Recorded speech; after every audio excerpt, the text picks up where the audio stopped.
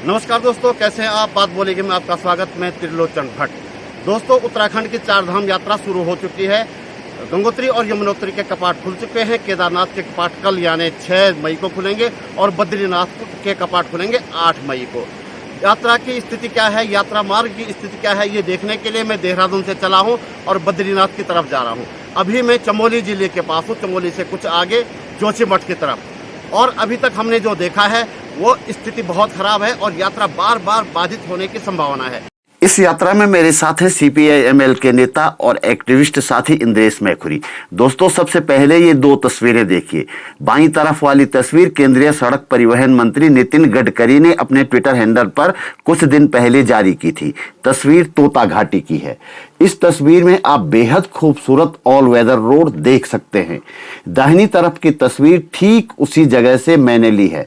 यहाँ पर सड़क वास्तव में बहुत सुंदर नजर आ रही है, लेकिन सड़क के ठीक ऊपर नजर उठाएंगे तो बड़े बड़े बोल्डर और मलबा आपके सिर पर गिरने को तैयार नजर आएगा। ये दोनों तस्वीरें जिस जगह से ली गई हैं उससे मुश्किल से 10 मीटर की दूरी पर यह बोर्ड भी देख लीजिए। ऋषिकेश से बद्रीनाथ धाम तक पत्थर गिरने का भय है, देख कर चलें वाले सैकड़ों बोर्ड आपको नजर आएंगे।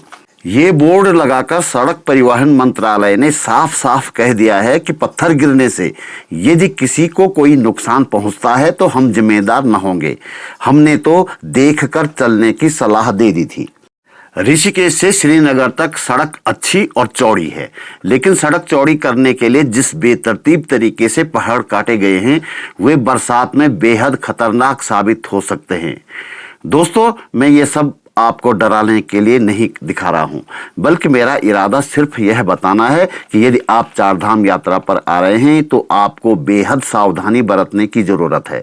मेरी सलाह है कि यदि बारिश हो या मौसम विभाग की ओर से बारिश की चेतावनी जारी की गई हो तो आप यात्रा का जोखिम न लें और सुरक्षित स्थान पर रहें। चलिए हम श्रीनगर से आगे बढ़ते हैं। श्रीनगर डैम साइट के पास हाईवे का एक हिस्सा टूटकर झील में समा चुका है।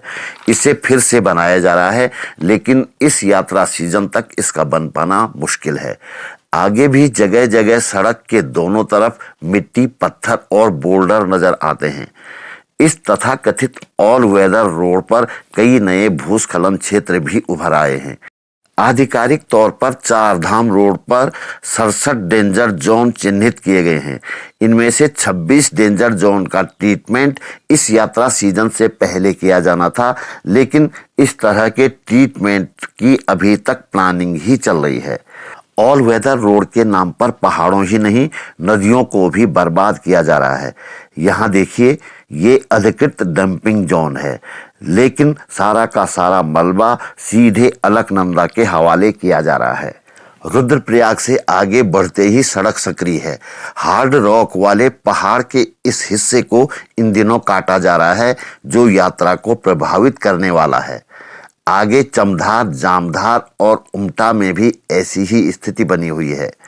बद्रीनाथ यात्रा मार्ग का सबसे कठिन दौर चमोली से शुरू होता है। यहाँ ज्यादातर जगहों पर ऑल वेदर रोड का काम चल रहा है। यह दुर्गम क्षेत्र है। भूवैज्ञानिकों के अनुसार यह पूरा क्षेत्र ग्लेशियरों के खिसकने के कारण पीछे छूट गए मोरेन पर बसा हुआ है, लिहाजा बहुत नाजुक है और भूस्खलन की दृष्टि से बेहद संवेदनशील है। इस यात्रा में मेरे साथ एक्टिविस्ट साथी इंद्रेश मैखुरी मौजूद हैं।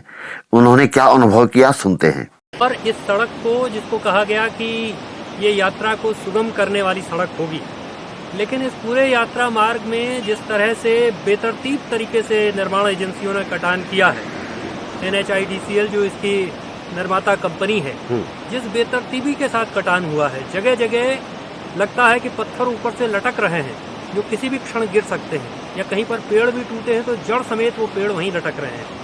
और सारा मलबा जिस तरह से नदियों के किनारे फेंका गया है, तो आने वाले समय में जब अगले महीने ही बरसात होगी तो हम पाएंगे कि वो बरसात हमारे लिए, उत्तराखंड के लिए और विनाशकारी सिद्ध होगी, क्योंकि जिस बेतरतीबी से बिना पर्यावरणीय मानकों का ख्याल रखते हुए सीधे सारा मलबा नदी तटों पर फेंका गया है। सड़क अच्छी होनी चाहिए, बेहतर होनी चाहिए, ये सही बात, सबको अच्छी सड़क चाहिए, लेकिन पर्यावरण की कीमत पर प्रकृति का विनाश करके जो सड़क बनेगी, तो कुछ दिन भले ही आप उस पर सरपट दौड़ लें, लेकिन कुछ दिनों बाद वही सड़क पूरे उत्तराखंड के लिए फिर एक नई आपदा का सबब बनेगी, जैसी आपदाएं हम लगातार झेलते रहे हैं। तो दोस्तों, इस वीडियो में इतना ही। वीडियो को लाइक करने, इस पर कमेंट करने और चैनल को सब्सक्राइब करने का आपसे अनुरोध करूंगा। जल्दी मिलते हैं एक और वीडियो के साथ। नमस्कार।